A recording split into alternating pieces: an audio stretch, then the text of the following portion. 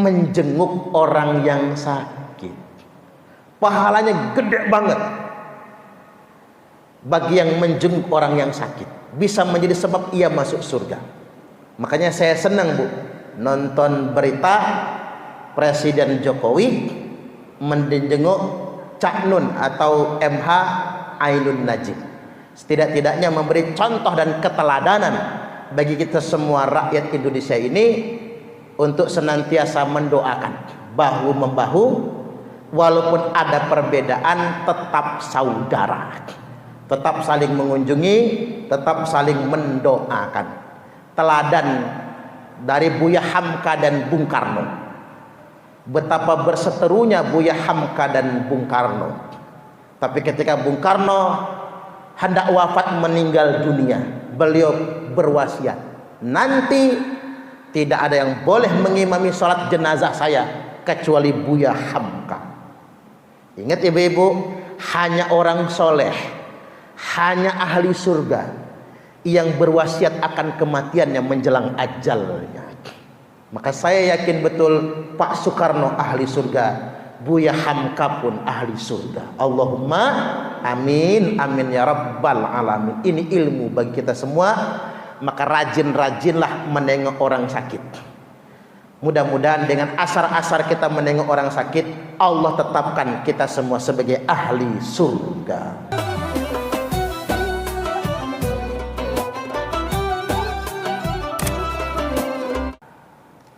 Ngapa sih ada ucapan la ba'sa tahurun insyaallah? La ba'sa tahurun insyaallah. Ini ucapan kalau nengok orang sakit. Kan ibu-ibu sering kan kalau kita sakit ada yang mendoakan begitu kan? La ba'sa tahurun insyaallah. Saya ingin jelaskan banyak ucapan sebetulnya kalau kita nengok orang sakit itu atau mendoakan orang yang sedang sakit. Kalau di grup-grup itu saya lihat ibu-ibu sering berdoa itu kan, syafakillah. Tapi saya pernah, mohon maaf Bu, saya lagi gak enak badan, saya didoakan syafakillah. Saya ini laki Bu, bukan perempuan. Kalau buat perempuan syafakillah. Kalau buat laki-laki syafaqallah. Kalau buat dia, nah begitu, dia kan Bu, dia laki-laki syafahullah. Kalau yang sakit itu perempuan, tapi kita nyebutnya dia, orang ketiga tunggal, maka kita mendoakannya syafahallah. Ini kan agak keren dikit Bu, ke Arab-Araban sekali-kali ya. Tapi kalau ibu-ibu ribet, cukup katakan semoga lekas sembuh, jadilah. Kalau nggak mau ribet kan, syafakillah kalau buat laki-laki. Perempuan syafaqallah kalau buat laki-laki. Syafahullah dia laki-laki, syafahullah dia perempuan. Nah kadang-kadang apa sih artinya? Semoga Allah menyembuhkan engkau. Kalau syafahullah semoga Allah menyembuhkannya, dia laki-laki. Syafahullah semoga Allah menyembuhkannya, dia perempuan. Itu maksudnya. Nah kadang-kadang ada yang mengucapkan la ba'sa tahurun insyaallah. La ba'sa itu begini, udah nggak apa-apa. Sering katakan begitu ya Bu, kalau orang sakit, dah nggak apa-apa. Itu kata-kata yang benar ketika kita menyapa orang sakit. Jangan sampai begini, ada apa? Pala sakit bukan main. Bahaya itu. Tetangga saya kemarin sakit kepala begitu mati tahu. Ibu-ibu nggak boleh ngomong begitu. Harus katakan la ba'sa, udah nggak apa-apa. Itu katakan dulu yang begitu. La ba'sa tahurun insyaallah. Enggak apa-apa. Semoga sakit ini menghapus dosa-dosa, membersihkan engkau, mensucikan engkau. Insyaallah. Insyaallah itu artinya jika Allah berkehendak. Karena Allah lah yang punya hak menghapuskan dosa-dosa. Hikmah daripada sakit adalah menghapus dosa. Kata-kata la ba'sa itu penting untuk menghibur orang yang sedang sakit. Katakanlah la ba'sa, sudah enggak apa-apa, separah apapun sakit, karena itu akan memunculkan sugesti untuk sembuh. Jadi jangan ditakut-takuti, ya. Jangan kemudian membuat dia makin shock, makin khawatir. Mengapa gara-gara COVID orang banyak makin parah? Karena ketakutan yang berlebih-lebihan. Udah takut berlebih-lebihan, nggak boleh ditengok, kan begitu? Karena nggak boleh ditengok itulah dia akan semakin parah. Kecemasan yang luar biasa. Oke, ajal dari Allah, kita yakin itu semua.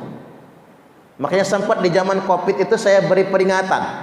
Kalau rasa-rasa nggak enak badan, sakit tenggorokan, jangan berobat. Saya bisa ingetin begitu. Selip dikit di COVID kan parah nantinya.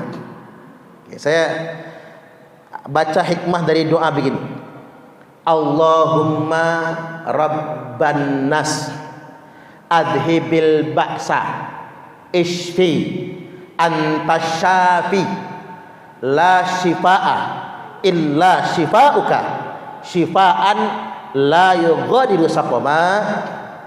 Allahumma rabban nas, ya Allah rabban nas, Rabb yang membina manusia, yang merawat manusia. Adhibil ba'sa, hilangkanlah rasa sakit di sipulan ini. Isfi, sembuhkanlah.